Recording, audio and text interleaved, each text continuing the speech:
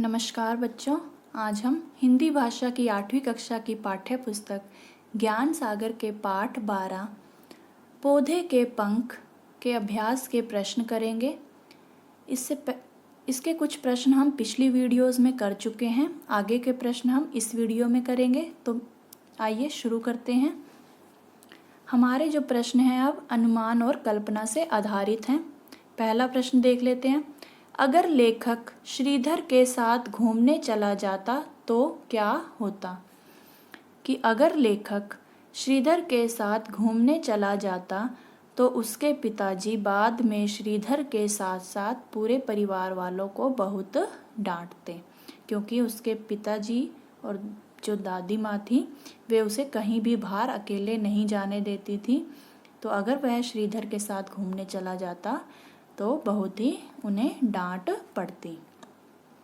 यदि श्रीधर लेखक के घर ना आता तो क्या होता? उत्तर देखते हैं। यदि श्रीधर लेखक के घर ना आता तो लेखक को अपने व्यक्तित्व के बारे में पता न चलता और ना ही वह अपने मन की बातें डायरी में लिखता और ना ही हम ये अध्याय पढ़ रहे होते। कि जब तक श्रीधर नहीं आया था तब तक उसका व्यक्तित्व जो है जैसा था वैसा ही था। उसे कोई भी कुछ भी महसूस नहीं होता था लेखक को। अगर उसकी जो दादी माँ या उसके परिवार के अन्य सदस्य उसे बाहर जाने के लिए मना करते थे तो उसे इस बात का बुरा नहीं लगता था। लेकिन श्रीधर के आने के बाद उसे अपने व्यक्तित्व के बारे में पता चलता है और वह अपने मन की जो इच्छाएं हैं वह किसी को कह नहीं पाता, लेकिन वह अपने मन की बातों को डायरी के माध्यम से लिखता है।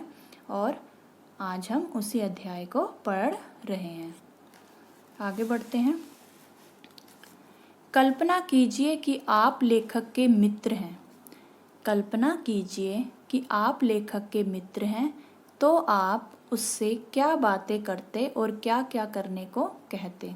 तो उत्तर देखते हैं कि यदि मैं लेखक का मित्र होता तो मैं बातों ही बातों में उसके मन में क्या चल रहा है यह जानने का प्रयास करता और फिर उसे कहता कि अपनी इच्छाओं के विषय में अपने पिताजी से बात करे, वे उसे अवश्य समझेंगे और अपनी सूझबूझ से अपनी इच्छाओं को पूरा करने के लिए उनसे अनुमति प्राप्त करें।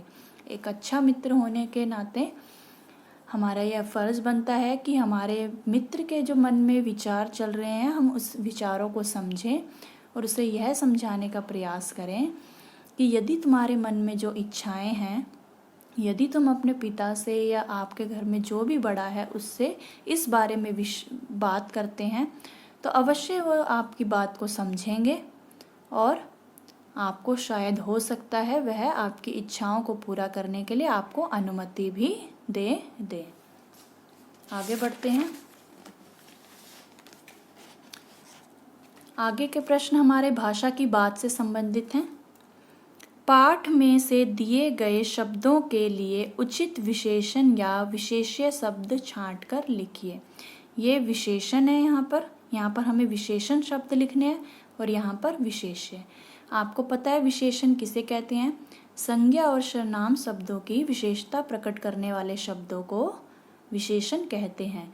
कि जो शब्द हैं जो संज्ञा और सर्वनाम शब्दों के आगे लगकर उनकी विशेषता बताते हैं उसे हम विशेषण कहते हैं। और संज्ञा और सर्वनाम शब्द ही विशेष्य कहलाते हैं। और विशेष्य कौन होते हैं? जो संज्ञा और सर्वनाम शब्द होते हैं वे विशेष्य होते हैं। तो जैसे विशेषण है प्यारी, तो ये एक विशेषण शब्द है और इसका विशेष्य क्या होगा? सखी। प्यारी सखी। कि सखी कैसी है? प्यारी है। यानी कि ये एक संज्ञा या सर्वनाम शब्द, संज्ञा शब्द है, तो इसकी विशेषता क्या बता रहे हैं कि यह प्यारी है। और संज्ञा और सर्वनाम शब्द ही क्या होते हैं? विशेष्य होते हैं। अब यहाँ पर यह विशेष्य दिया गया है व्यवहार। तो व्यवहार कैसा है? अशिष्ट व्यवहार। कि व्यवहार कैसा है, अशिष्ट है। खिलौने कैसे हैं, छोटे। जो लेखक है अपने छोटे छोटे खिलौनों के साथ खेलता रहता था, तो खिलौने कैसे हैं, छोटे। और यहाँ पर खुले, खुले आसमान, यानी कि आसमान कैसा है, खुला आसमान। तो आसमान की विशेषता क्या है कि वह खुला है। खिलौनों की विशेषता क्या है कि वे छोटे हैं। व्यवहार की विशेषता है कि व्यवहार जो है अशिष्ट है। और सखी की विशेषता क्या है कि वह प्यारी है। ठीक है, आगे बढ़ते हैं अगले प्रश्न की ओर। खेलता शब्द में खेल मूल शब्द है। ये जो पूरा शब्द दिया गया है, शब्द खेलता, इसमें यदि हम खेल और ता को अलग अलग कर दें तो खेल जो है वो है एक मूल शब्द है और ता जो है वह एक प्रत्यय है। इसमें खेल मूल शब्द है और ता एक प्रत्यय है। पाठ में आए ता प्रत्यय वाले कोई 5 शब्द ढूंढकर लिखिए। तो आप स्वयं भी इन्हें कर सकते हैं। पाठ में बहुत से ऐसे शब्द आए हैं जो ता प्रत्यय, जिनमें ता प्रत्यय लगा हुआ है, तो उसमें से हम कुछ 5 शब्द यहाँ पर लिखेंगे। जैसे कि देख जमा ता, तो क्या बन जाएगा, देखता। अगला डर जमा ता, डरता। आगे समझ जमा ता, समझ जमा ता, समझता। चमक जमा ता, चमकता। फेंक जमा ता, फेंकता। तो ये जितने भी शब्द हैं ये मूल शब्द हैं और ये प्रत्यय हैं। और एक नया शब्द क्या बन गया, ये बन गया देख जमाता, देखता। डर जमाता, डरता। समझ जमाता, समझता। चमक जमाता, चमकता। फेंक जमाता, फेंकता। आगे बढ़ते हैं अगले प्रश्न की ओर। आगे के प्रश्न हमारे जीवन मूल्य से संबंधित हैं। पहले हम इसे पढ़ते हैं। न मैंने अपनी जिंदगी में कभी हरी घास पर चलकर देखा है, न नदी में नहाकर, न बारिश में भीगकर। मैं क्या करूं, मर जाऊं, कहीं भाग जाऊं या कहीं उड़ जाऊं। तो इसी के आधार पर देखते हैं।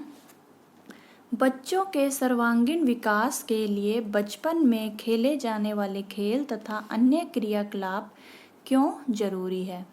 इस जो ये वाक्य दिया गया है, इसमें लेखक के मन के भाव हैं कि उसने कभी जिंदगी में कुछ भी करके नहीं देखा है ना, क्योंकि उसके माता पिता ने कभी भी उसे उसके मन की नहीं करने दी। जैसे और बच्चे जो हैं जिन्हें बारिश में भीगना अच्छा लगता है, नदी में नहाना अच्छा लगता है, लेकिन लेखक को ऐसा कोई भी कार्य है उसके माता पिता ने नहीं करने दिया। तो जिसकी वजह से लेखक को अपने ऊपर गुस्सा आ रहा है कि मैं क्या करूं, मर जाऊं या कहीं भाग जाऊं या कहीं उड़ जाऊं। तो हम इसी के आधार पर हमें ये बताना है कि बच्चों का जो सर्वांगीण विकास होता है उसके लिए जो बचपन में खेले जाने वाले खेल हैं या अन्य क्रियाकलाप हैं क्यों जरूरी हैं। तो देखते हैं। खेलकूद ना केवल बच्चों के शारीरिक और मानसिक विकास में सहायता करता है, बल्कि उन्हें मिलजुल कर खेलने में भी सहायता करता है, जिससे उनका सामाजिक विकास भी होता है और वे समाज में समायोजन व आचरण करना सीखते हैं। यहाँ पे सही आचरण करना सीखते हैं। इसलिए बच्चों के सर्वांगीण विकास के लिए खेलकूद जरूरी है। सर्वांगीण विकास में बच्चों का हर तरह का विकास आ जाता है, जैसे शारीरिक, मानसिक, सामाजिक, सांवेगिक, ठीक है, संवेगात्मक विकास। तो ये सभी तरह के विकास जो हैं सर्वांगीण विकास के अंतर्गत आते हैं। कि अगर बच्चे खेलेंगे कूदेंगे तो उससे उनका शारीरिक और मानसिक विकास तो होगा ही, लेकिन जब वह अपने हम उम्र साथियों के साथ खेलेंगे तो उनका सामाजिक विकास भी होगा, क्योंकि खेल खेल में उनकी बातचीत भी होगी और खेल खेल में उन्हें अपने संवेगों पर काबू करना भी, नियंत्रण करना भी आएगा कि जीत हार तो लगी रहती है। तो खेल खेल में बच्चे कई ऐसी बातें सीखते हैं जो उनके सर्वांगीण विकास में बहुत ही ज़रूरी है।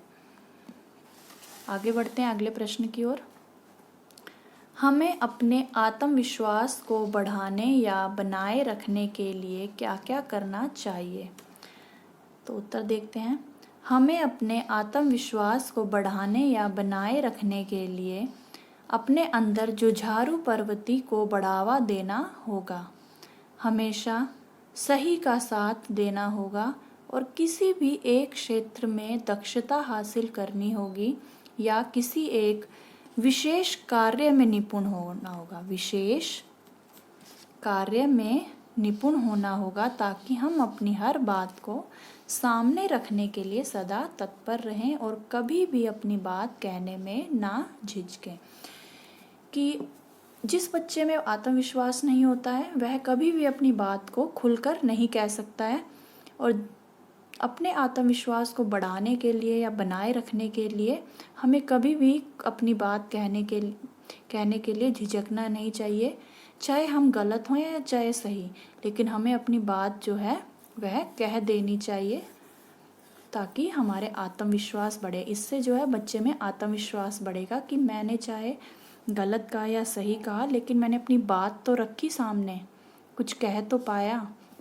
तो इसलिए अपने अंदर हमें जुझारू प्रवृत्ति को बढ़ावा देना चाहिए और हमेशा सही का साथ देना चाहिए और अपनी बात कहने में कभी भी संकोच नहीं करना चाहिए। तो बच्चों, आशा करती हूँ आपको यह प्रश्न अच्छे से समझ में आ गए होंगे। तो मिलते हैं अगली वीडियो में, तब तक के लिए नमस्कार।